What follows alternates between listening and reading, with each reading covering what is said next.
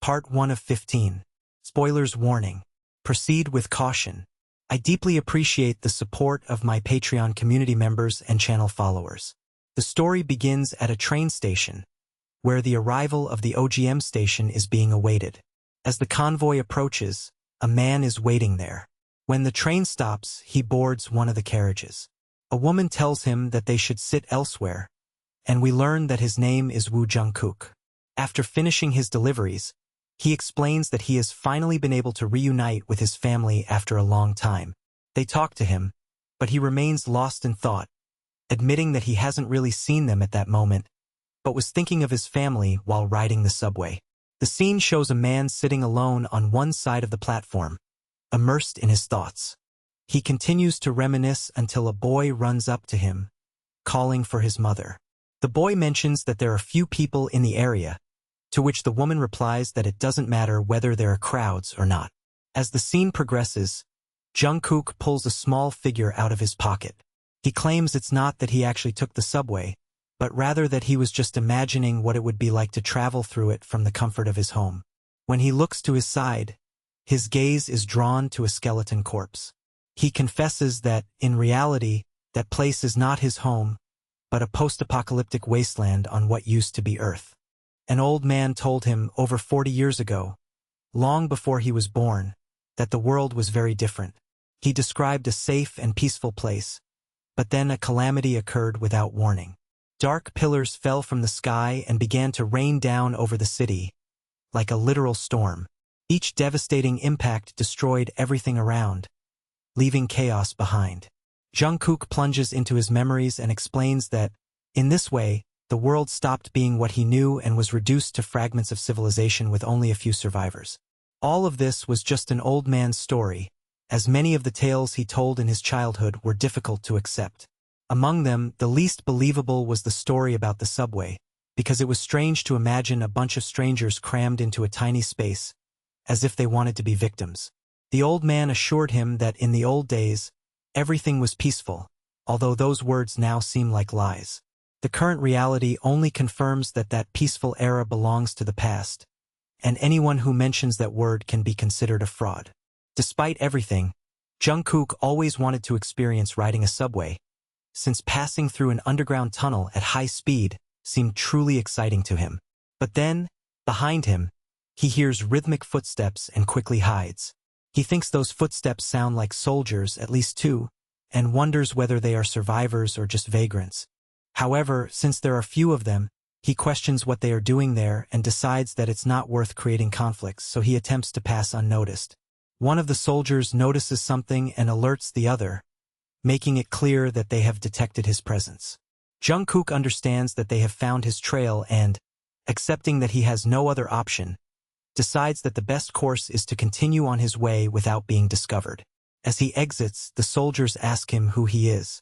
The other man tells him to calm down and check his equipment, clarifying that he is just a courier. Jung-kook comments that they are making too much noise, and a soldier asks him what his mission is, if he is delivering mail. He responds that he is carrying a warning of a bombing, since he finished delivering the mail yesterday. He begins to analyze the situation and notices that there must have been a fierce fight, as only two remain. The reason they were looking for signs of life was because they were hungry. Specifically, they asked about food. One of them apologizes for bothering him and, when asked if they are hungry, he reveals that he still has some food left but wants to know if they have anything worth trading. One of the soldiers mentions having bandages, hygiene supplies, a small battery, and antibiotics, asking which he prefers. However, Jung-kook asks for ammunition. The soldier is surprised, and he insists that he only wants bullets. They ask if he isn't blind, since they carry 6.31 ammunition. Jung-kook explains that he isn't looking for personal equipment, but, as a courier, he can't carry heavy things, and ammunition is lightweight and valuable. The soldier suggests that perhaps antibiotics or the battery would be better options, but Jung-kook maintains that he only wants ammunition. Another soldier understands but says they must conserve their resources. Jung-kook offers to trade all his food for a single bullet. They ask if he would really give everything in exchange for just one piece of ammunition, and he responds that he doesn't want more or less, just one. The soldier states that he can't, and if the antibiotics aren't useful to him, he will also give him his lighter filled with fuel, unused. Jungkook comments that he wants to understand how just one bullet can be so hard to give up. He begins to smile. The soldiers tense up and demand to see if he has ammunition in his weapons, pointing their guns at him. He asks why there is all this hostility if they all work for the same government. They order him to be silent, as they will never succeed in returning. Jungkook points out that that is very harsh, and although he thought they were survivors, it turns out they are deserters. But even if they are no longer deserters, they are only miserable bandits. One of them quickly approaches, and Jungkook steps aside, saying that such an attitude only confirms his point. He kicks him in the face, breaking his gas mask glasses. Another enemy tries to attack him from behind with a knife, but Jungkook quickly dodges, commenting that he aimed at his neck, although his movements were too predictable. Jungkook performs a backflip, landing a kick to the face of a soldier. The question arises, how can a simple deliverman be capable of doing that? He explains that ever since they met, they have been talking about his job as a mailman. When the soldier attempts to stab him, Jungkook blocks the attack with his forearm, but the blade begins to scrape against his metal shield, surprising the soldiers. He claims that this is pure discrimination and quickly advances with a direct punch to the opponent's face, knocking him back. The soldiers are perplexed by the evidence that a humble mailman wears something resembling an officer's shield on his arm. Jungkook explains that he got a scratch in a very dangerous place and asks what compensation he will receive for it. The soldiers warn that if they catch him, the penalty would be death, and he responds sarcastically, asking if they have more bullets. He pulls out a pistol from his uniform and, with some irony, comments that he wishes he had a few more besides the one he has. Confused, they ask him why he carries a hunting pistol and who he really is. Jungkook insists that they should already know that his occupation is that of a deliverman. Later, while sewing his uniform, he remarks that as soon as he returns to base, he will have a lot to explain, and probably his words won't be very kind. For now, he finishes fixing his clothes, considering that, given the damage to his shield, he should have received more rewards for the repair. At least, he manages to gather enough money to pay for the repairs and must leave, as there are 3 hours before the air raid. He proceeds along the path until some men atop a fence order him to stop. When they point their weapons at him, they recognize he is a mailman but admit they had no idea of his arrival. Jungkook takes out a piece of paper, and one of them understands that the presence of the postal dispatch is not good news, especially during wartime. He clarifies that it is a warning of an air attack, and there are still approximately 2 hours and 40 minutes before the imminent bombardment. The young man asks why it must be precisely a mailman who delivers this warning, to which the other responds that it's one of his duties. When it is announced that a gigantic column of destruction is approaching, Jungkook, tired of words, activates an alarm that begins to sound with a shrill beeping. The soldier indicates he should hurry and take shelter, so Jungkook runs toward a steel-roofed structure, surprised by its durability against attacks.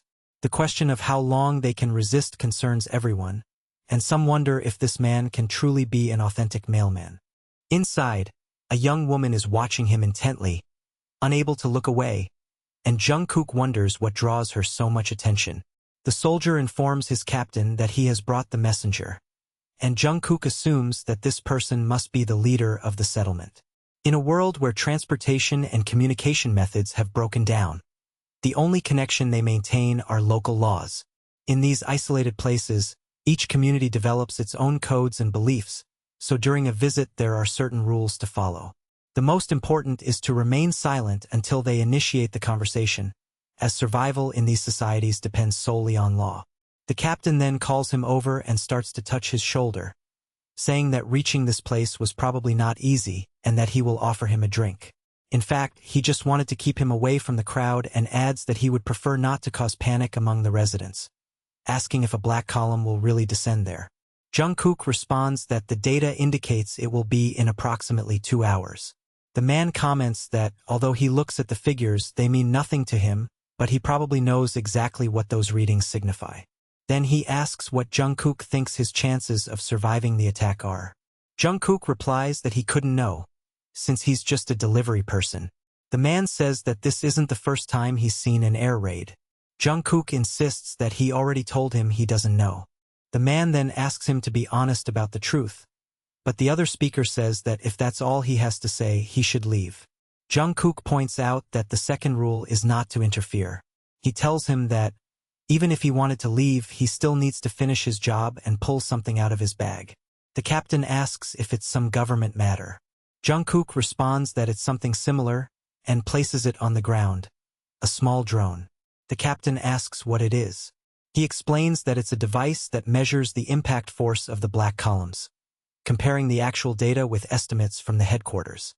The captain comments that they are on a roof specially prepared to withstand air attacks, so this could affect their measurements. Jungkook assures him that, according to experts, these columns don't simply fall from the sky but act like living beings. They slow down in the atmosphere and land exactly on their target. That's why a roof wouldn't make a difference. The only advice he can give is that they have 1 hour and 15 minutes left. He wonders what will happen then and says goodbye, noting that this always happens whenever a stranger arrives.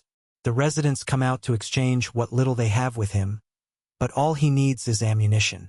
He asks if anyone has some, but most deny having it until someone approaches and says they don't have ammunition, but they want to know if he will accept this grenade. Finally, he makes the exchange. Later, the captain asks him why he would do that for someone who may not even be worth it. He replies that it's better than antibiotics and that, in a barter for some bandages, at least he can trust that the grenade still works, although it has a strange distortion. Then, he asks why he hasn't left yet, and the captain says maybe the roof will hold, plus he has a favor to ask. The young woman who appeared earlier introduces herself as Kang Hai, saying that they saw Jungkook briefly and asking if he is now returning to the headquarters. Jungkook asks what that means, and the captain explains that she needs to accompany him to deliver his correspondence, as it's cheaper if she takes it directly to the central headquarters. Jungkook couldn't believe she was heading toward the headquarters when she could just hand it over herself. He told her to get lost, since the only thing allowed to follow him was his shadow. She replied that she would be like his shadow. Then, he claimed that the shadow remains because it can't be gotten rid of, and he didn't think she could manage it. She pointed her flashlight at Jungkook's shadow, which annoyed him, saying she was wasting battery on something so absurd, and ordered her to disappear. Then, she raised a magazine, surprising the captain, who also seemed impressed to have ammunition. Jungkook began to put his hand on his face, lamenting the situation, and expressed disbelief that she was doing that. She asked what was wrong, since mail carriers are supposed to be trustworthy. Jungkook commented that, in the village, it didn't seem like a place wealthy enough to trust a girl with ammunition. The upper part's bullet was high-grade, a military surplus, and the magazine was almost full. Thoughtful. He was surprised to see she had ammunition and tried to understand what was happening. All in all, he told the captain that with that amount of ammunition, he could deliver the message to the girl. However, the captain insisted that she had to accompany her. Jungkook asked what plan the captain had, and he replied that for him this shelter was his home, and someone had to stay and protect it. However, he couldn't allow Kang Hai to participate in this gamble. Then, Jungkook told him that any roof could be rebuilt at any moment and ordered the girl to follow him, assuring her they needed to hurry before the attack operation arrived. She asked if that roof would be enough to stop the column, and he said no. She wanted to know why he hadn't told the captain, and he explained there were 2 reasons. First, that those who didn't want to leave wouldn't do so no matter what he said, and second, that in this world there's always a probability, even if it's 1 in a million, of survival like the one he had. But now, there were only 30 minutes left before the charge.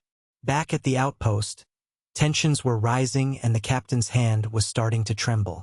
Another man asked him if he really didn't think he would escape, and he replied that this place had been his refuge for years and that he could still protect himself this time.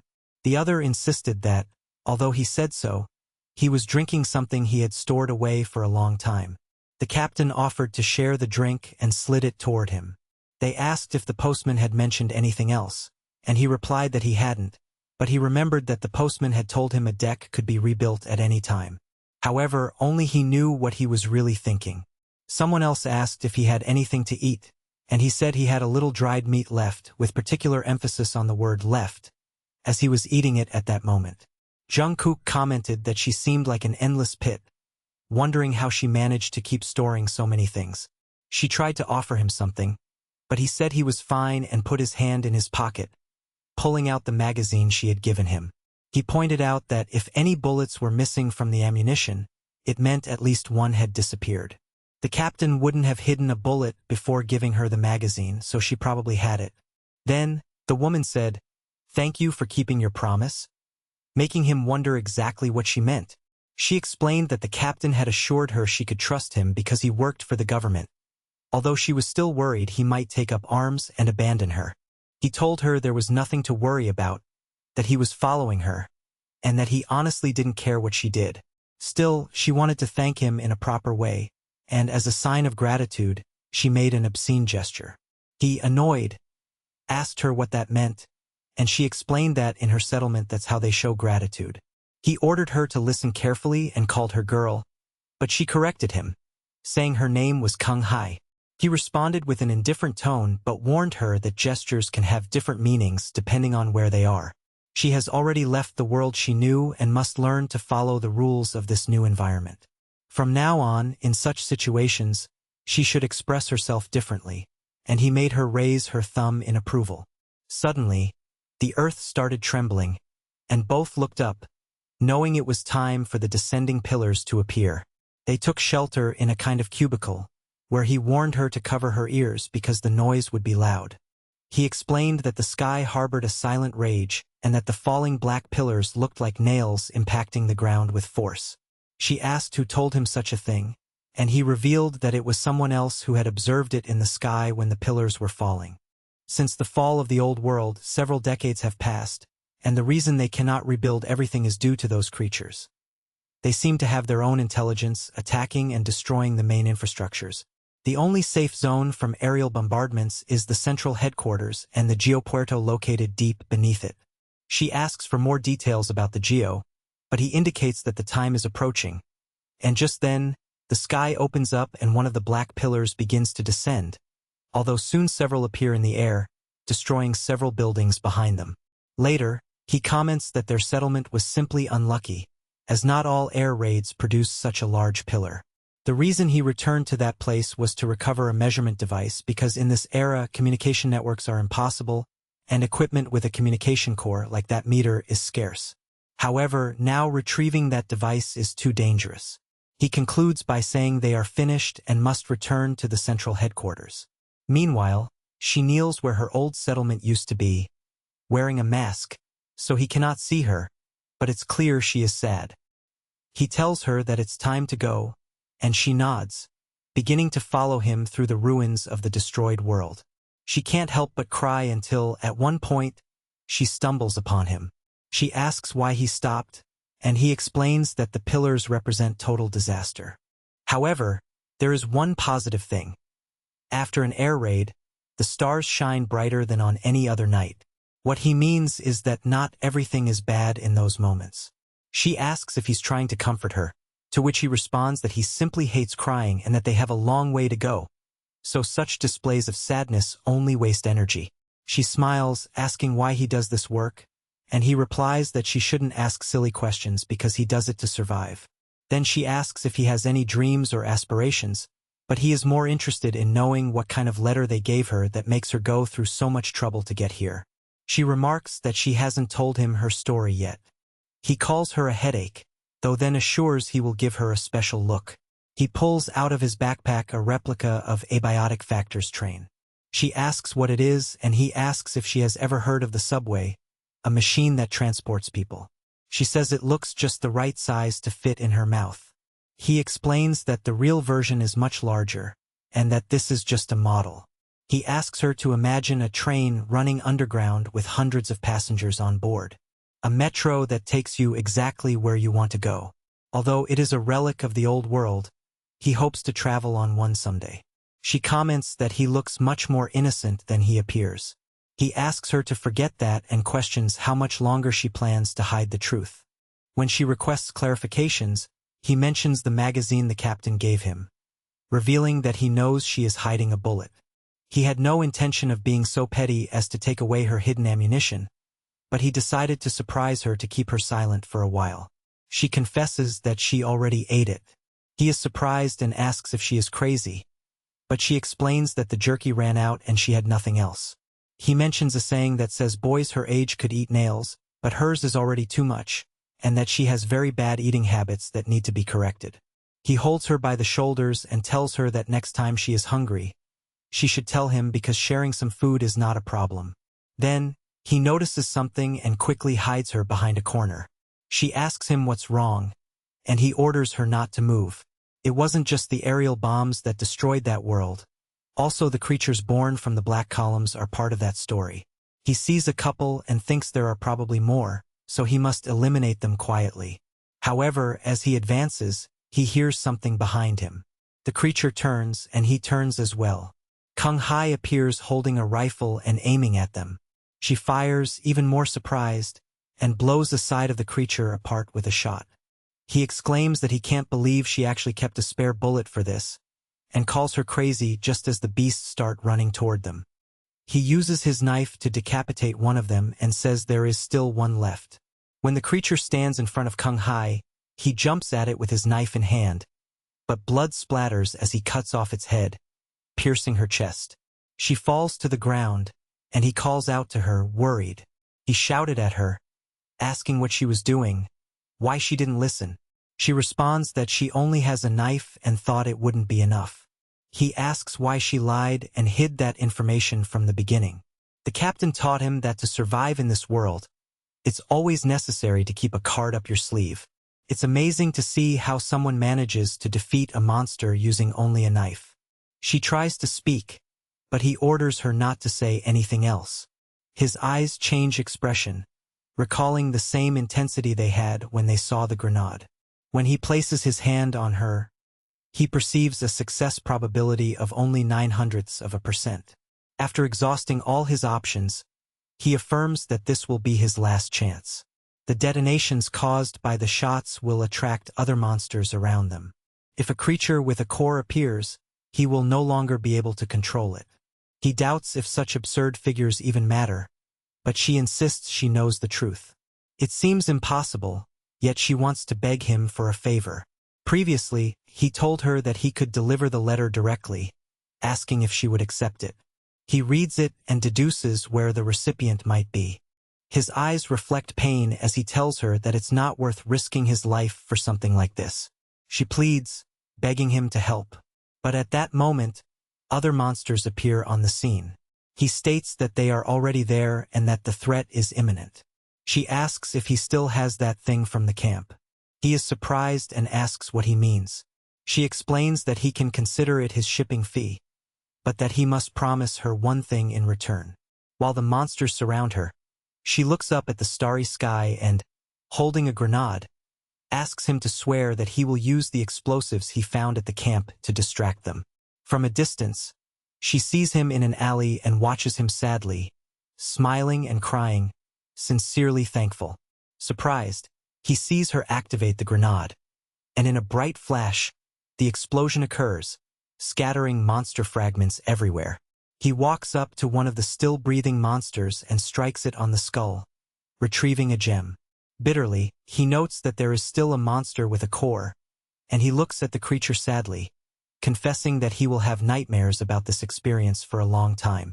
Then, he heads toward a new government building which is supposedly the headquarters. A man called Director Bay calls him, saying he just finished and was about to go out. Bay asks if something went wrong with the mission, and Jungkook responds that it didn't. Bay laughs and comments that he suspected as much, since he is the mailman of the month, but that he shouldn't forget an upcoming special mission meeting. Jungkook says he feels quite tired today. Bay encourages him not to act that way and assures him he will love this mission. Jungkook agrees to go. During the meeting, explanations begin, but he can't stop thinking about Kung Hai and how he enjoyed their time together, even sacrificing himself for him. A man in the group raises his hand and asks about the transportation method, worried about the cargo they need to carry. The answer is that it is still a secret, although they give a hint. It is through the metro.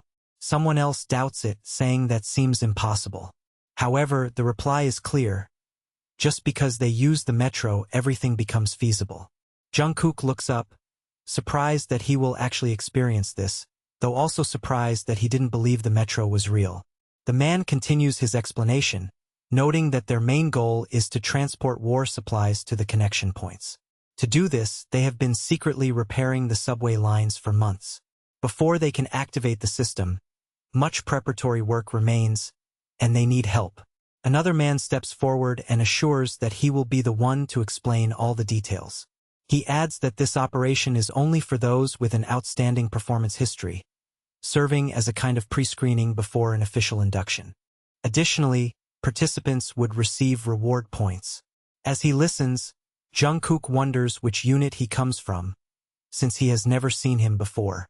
The new interlocutor tells him to go to the next room if he wants to join. Jungkook confesses that he's never imagined in his life having the chance to see a real-life metro. Looking at a small figurine in his hands, he comments that perhaps he might even ride it one day. The man from earlier calls him over and says that, in his case, he will be the exception, mentioning his name. The others leave the room, and Jungkook, curious, asks what it means to be the exception just as he is about to move on to the next room. The interlocutor replies that he has received instructions to give him a personal explanation about the mission. Jungkook says that this gives him a bad feeling and that the task assigned to him will be his responsibility in that area, called the Gyeomon district. He asks if it is a residential neighborhood under government control, and notes that normally, sending something to such areas would be simple, so why assign him such an easy job? The man explains that, in fact, that mission is assigned to someone else. Frustrated, Jungkook asks why he has been given so many details if he's not going to let him take charge. The man responds that he was specifically ordered to do so. Jungkook implies that he thought they had sent him to convince him to join. He admits that yes, but that the assignments depend entirely on Jungkook's decision. Jungkook questions why he explained everything if in the end he's not allowed to participate, and that this was precisely what he was looking for. The interlocutor affirms that yes. Jungkook thinks the other is a bit crazy and that he has checked his background. The man responds that his record is impeccable, nothing more. Jungkook adds that, of course, he has no major issues and that he has never done anything wrong. The man comments that his file is too clean, as if he hadn't existed before becoming a messenger. For someone who hides his true identity so well, if he's not a monster, he must have someone backing him. He expresses his deep disdain for those who flaunt in that realm, relying on dark connections. Jungkook asks if he is insulting him, and the man clarifies that no, he is simply presenting himself as someone who detests those who act deceptively. Moreover, he says he is curious to know what kind of person Jungkook is, which is why he decided to leave those words for him. Jungkook points out that he has already seen his background report and that he has always maintained his top performance. The conversation continues in a direct and straightforward tone, and the man explains that, for this mission, only a selected elite team will proceed. Jungkook asks him if he doesn't trust him because he hasn't accepted any dangerous jobs, and the response is somewhat ambiguous. Just at that moment, his radio starts beeping, and he mentions that he's getting an important call, asking if there's an agreement. He continues talking as he walks away, leaving Jungkook annoyed, although he hears that tomorrow will be the decisive day. He then realizes that this is his chance to prove himself. He decides to show what true dedication looks like. He approaches Bae to ask if it's really impossible, and Bae responds that it is possible, though the work will be brutal. Jungkook questions whether he truly intends to steal that mission. Bae, with some sarcasm, replies that he's not stealing it, only wanting to make sure everything is perfect. Bae, who also intervenes, says that modifying the documentation is easy, but he's surprised that someone is asking for such a trick for the first time. He wonders when he got so close to that officer and why he desires that mission so much. Jungkook confesses that the man drove him crazy, and Bae warns him not to risk his life. Jungkook assures him that it won't be easy to kill him and that showing what he is really capable of is his priority. He also admits that he genuinely wants to see the metro. He recalls a past incident and says that the survival chance is low. Even if he manages to come out alive, severe injuries would be almost unavoidable, and he would need to use all his medication. The possibility of protecting Kungi after treatment and saving her from the environment would be less than 1%. At that moment, he wakes up from his dream, realizing that it had been bothering him for some time. He sees the man from yesterday who now appears nervous. Jungkook asks if that letter in his hand is related to his next delivery, and the man replies that he's busy and shouldn't be disturbed. Jungkook, assertive, tells him he's also quite busy, because he has to deliver that very same letter. The man asks why he's talking like that, as he has already confirmed the messenger's name. Jungkook explains that something came up for him and that he's covering a shift. He hands over the document, making sure that the authorization is in order. Everything was done according to the protocols he values so much, but the most important thing is that if he finishes the job in 2 days and returns unscathed, it will prove he's good enough. The man considers this for a moment and asks if he's doing it out of pride. Jungkook replies that he's just doing his job and asks him to hand over the letter because he must leave. When he tries to depart, the man stops him, saying that if he completes the delivery in 2 days and comes back unharmed. But then he suddenly pauses. Jungkook is surprised and asks why, and the man simply tells him to forget that and just make sure to return alive. As he walks away, Jungkook reads the name of the sender, which is Cho Yong-han, a rather uncommon name. Even more importantly, he thinks that the adorable little jar isn't suitable for someone like him. He wonders what the mysterious stranger wrote inside it, as he can't even imagine. Just as he puts it into his bag, his eyes fall on the core. He recalls that a few days ago, on his way to the headquarters with Kung Hai, they encountered a monster. From the way it moved, he guessed that it might be a core monster, the leader of the group, obtained at the cost of Kungi's sacrifice. Additionally, he contemplates whether he should stop for a moment before leaving. He feels as if the sky is holding a silent anger. From those black columns falling like nails to the ground, darkness emerged, and demons spread voraciously, devouring humanity. Amid this desperate chaos, the heavens offered a final gift, the core. Whether a spark of hope or the seed of another curse, it's impossible to be certain. But Jungkook finally managed to have one in his hands. When it comes to cores, he can't evaluate them alone, so he seeks out an elderly man named Hai Wang, asking if it truly has no value. The old man replies that he can only tell by looking at it, but he doubts if he really wants him to evaluate it. Jungkook insists that he do it for caution. Hai Wang questions what kind of case that would be, and adds that, moreover, where did a simple postman get such a core? Jungkook offers to pay for the assessment, urging him to simply check. Hai Wang comments that this is like tasting wines to distinguish between __ and soy paste, and that he doesn't even need to look to recognize it. Jungkook says he has been dealing with that appraiser for years and he's never recognized him, but he suffers from dementia at 70, so he always falls back on that story. He tells him it's for his daughter. Concerned, Hai Wang asks if something is wrong, to which Jungkook replies yes. She gave him a message and asked him to thank her on her behalf. The old man can't believe he's being thanked for something so trivial, and today the inspection will be at that very house. Although valuing the gesture, Jungkook says it would be a bit too much to accept the free service, since he actually never met that daughter because he never had one. As his dementia worsens, he begins talking about a girl who never existed. Just mentioning his daughter makes the old man evaluate the core for him. For both, it's a situation with advantages. The old man gets a story that allows him to keep helping, and Jungkook, a potentially valuable core. The old man returns and assures him that in reality, that core is useless, but it has the highest purity he's seen. Jungkook asks how bad it is, and Hai Wang explains that he shouldn't even dream of using it, because the failure rate is 99%. It is thus revealed that cores must be handled with extreme caution, as, when successfully used, they reveal their true form. In this world, there are many different types of cores. There are energy cores that replace electricity and communication cores that reconnect a disconnected world. But without a doubt, the most valuable of all is the skill core, as it grants special powers to its holder. However, most of these cores have a failure rate of 95%, so it's better not to even dream of using them. Jungkook comments that he never expected to actually possess one. At that moment, a woman calls him, and he confesses that he didn't want to meet her. She asks if he's really being evaluated for taking back that man's imaginary daughter. Then, she asks him to stop doing that with his patient. She introduces herself as Dr. Mong. Jungkook states that although things get difficult, he pays a fair price for his actions. Mong responds that that's not the point, but basic human dignity. She asks if he's implying that he hasn't faced hard times. With a hint of annoyance, Jungkook explains that to handle that troublesome man's mission, he asked Director Bae to take care of the paperwork, but he found out that the task had already been assigned to another courier.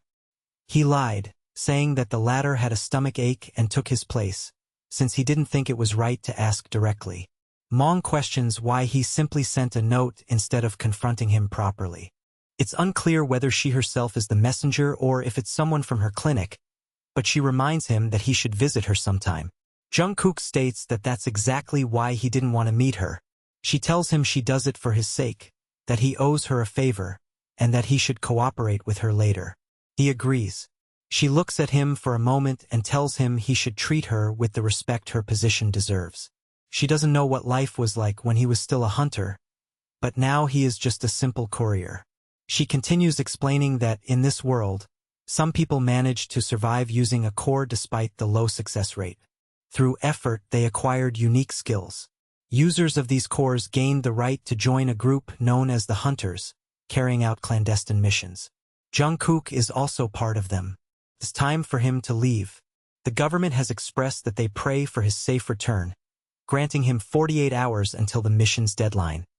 If he doesn't return within that period, it will be considered that he died in the line of duty.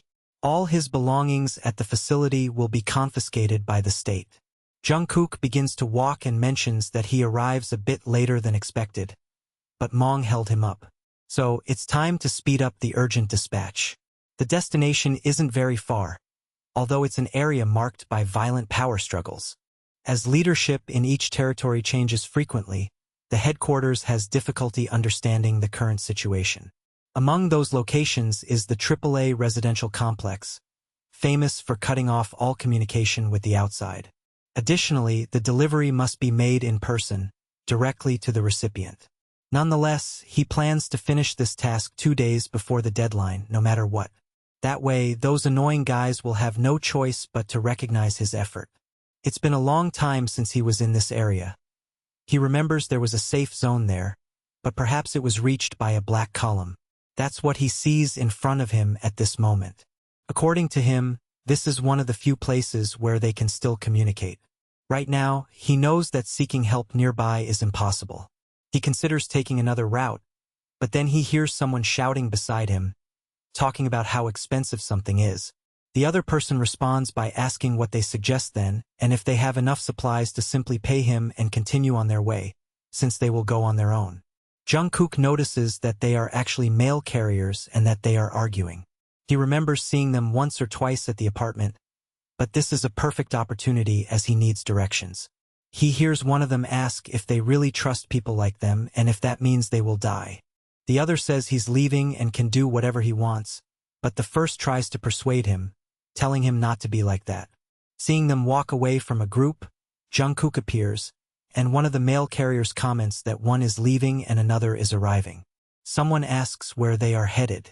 He replies that it seems they want to negotiate with the other group and that, if they are willing to pay a small fee, they can guide them, asking if they want to trade. Jungkook hesitates, considering accepting. They assure him they are peaceful people, and both smile broadly.